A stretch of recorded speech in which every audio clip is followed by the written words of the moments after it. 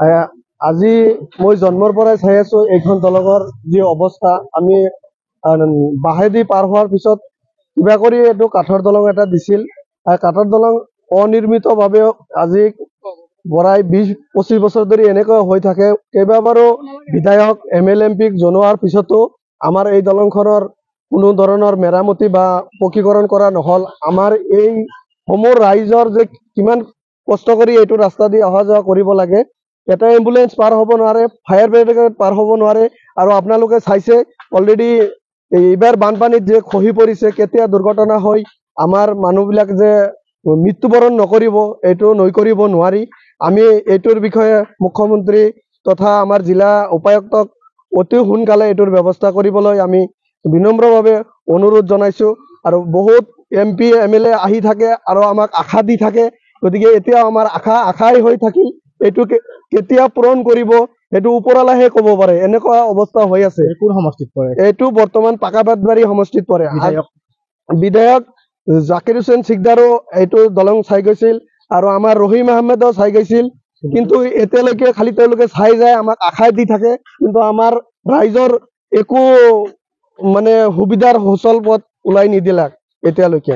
আগন্তুক নিৰ্বাচনৰ সময়ত আহি থাকে, গৈ থাকে, খালি আমাক আশাই দি থাকে। আমাৰ এইটোৰ লগত যিটো ৰাস্তা, এতিয়াও বানপানীৰ মাজতে আমি খোজকাঢ়ি আহিব লাগে, কাপোৰ খুলি মানে জিকাই কেনে আহিব লাগে। ৰাস্তাৰ অৱস্থা বহুত বেয়া।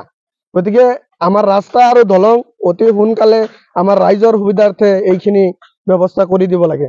চাওক, এইটো ভাৰত স্বাধীন হোৱাৰ পিছৰ পৰাই জনবসতি আছে, কিন্তু এতিয়ালৈকে নৱগঠিত পাকাবাদবাৰী সমষ্টিত পৰিছে, আগতে সৰুক্ষেত্ৰী সমষ্টিত। এতিয়ালৈকে দলংখনৰ হোৱা নাই, কাৰণ পাকাবাদবাৰী আপোনাৰ সৰুক্ষেত্ৰী সমষ্টিৰ অন্তিম পৰ্যায়ৰ হয়।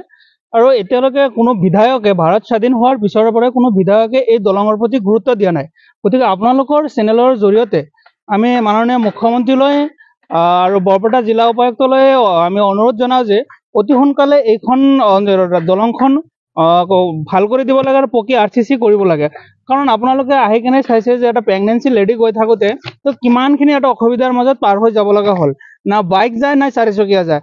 গতিকে এইখন এটা দুৰ্ভাগ্যজনক, একবিংশ শতিকাত যে এনেকুৱা এখন দলং আছে অসমত, তাৰ কাৰণে দুৰ্ভাগ্যজনক। কিমানখন গাঁও আছে এইখনত মিনিমাম ধৰক 10খন গাঁৱৰ ৰাইজে এইখন দলঙৰ ওপৰেদি আপ ডাউন কৰা হয়। মিনিমাম ধৰক আপোনাৰ পাৰ ডে নগ'লেও 10,000 পৰা 15,000 মানুহ আপ ডাউন কৰিব লগা হয়। কিন্তু এতিয়ালৈকে এতিয়া চাওক, আজি চাইকেল এখনলৈ যাব নোৱাৰে।